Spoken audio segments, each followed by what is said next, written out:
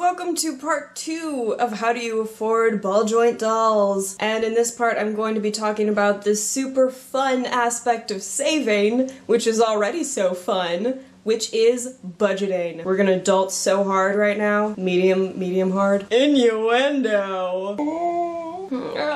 Normally this tea tastes so bad to me, but today I'm like, this is amazing. Why do I not drink this every single day? So, budgeting is pretty much one of the most awful things you ever will do, but actually sometimes it's kind of fun. It's something that you have to do in your adult life pretty much constantly, especially if you're really bad with money like I am. If you want to be able to afford the place that you live in, you need to have a budget. Now I'm assuming all of you homeowners out there already know how to do this, and so this video might be super incredibly pointless for you. Everybody else, you might not know these basic common sense things, or you might just not like to think about them, so I'll think about them for you. Are you ready? Here we go. So basically this is how I afford ball joint dolls. What I do is I go and I track how much money I've been spending. It's really easy, especially if you have a credit card or a debit card. You can just look at your bank statement, track like what you've been spending your money on, just write it down, and what you want to do is being really brutal and mean with yourself. Make a list of what you actually need and what you want, even if you really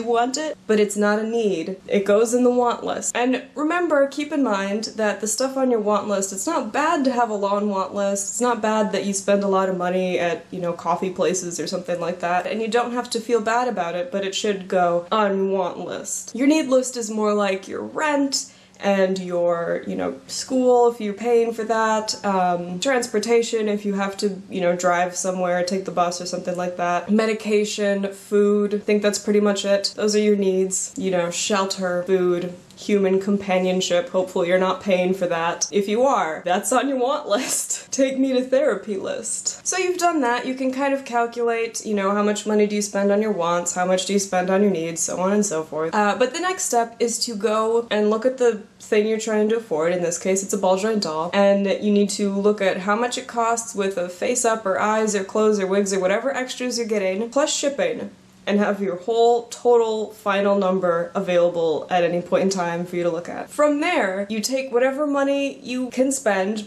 you know, what your income is, you take away the money that you will spend on average during a month. Hopefully you still have something left over. And then when you have that number that's left over after that little bit of math, you can go ahead and figure out how many times, like how many months will it take you to be able to afford that final number of your doll. So now that you know what your budget is and how long it will take you to save up for a certain doll, for, you know, whatever you're saving up for, you can do some things to kind of finagle around and figure out how that process can speed up. I'm going to use the example of myself. Part of my budget when I am not saving up for a big thing is buying wine. I love wine. I pretty much buy a bottle of wine a week because I go through them really fast, because it's delicious and wonderful. And, you know, I'm not buying crazy expensive fancy wine, but I am buying a bottle of wine a week, and that is a thing that adds up. If I am saving for something big like a ball joint doll, that gets cut out entirely. I do not buy wine,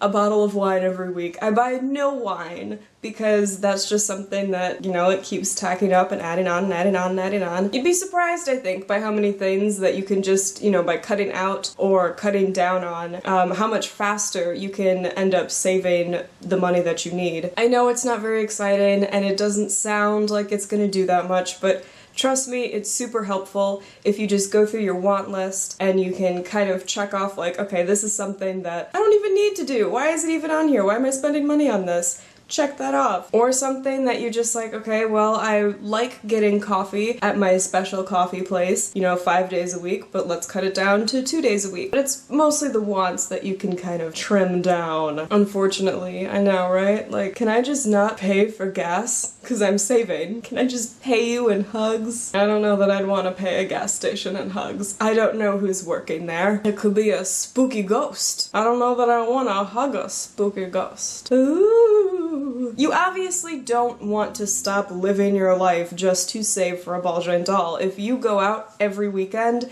and you think giving that up would make you an incredibly unhappy person, don't give it up. Find something else to cut down on, or find, you know, extra ways of making money. But really the best way to make a big purchase, or not a big purchase, but a larger purchase, is to plan for it. And the best way to plan for it is to make a budget. And you'll find that the more you make these budgets, the more you know, track your spending, and the more you discover patterns in what you spend money on, the easier it will be in the future. And it's a skill that you can use for the whole rest of your life. Unless you have unlimited money, which would be amazing. That'd be the best superpower ever. You could just like shoot money out of your hands like Spider-Man's webs, like psh, money. Infinite money hands. Your name would be Infinicash. Make it rain. So anyway, that is pretty much all I have to say about how to afford ball joint dolls. It sounds pretty simple, and it should, because it is. I might make a third video about little tips and tricks that have helped me. But in the meantime, do you guys have any tips or tricks when you're saving? Do you guys make budgets? Do you guys afford dolls in totally different ways? Do you steal them? Don't tell me if you do. I don't want to know that kind of secret. I'm very delicate. I can't handle news like that. Don't tell me you're a criminal. Thank you guys for watching. I will talk to all of you soon. Goodbye. Oh, did you hear that? That was my ankle. It just cracked really loud. Spooky.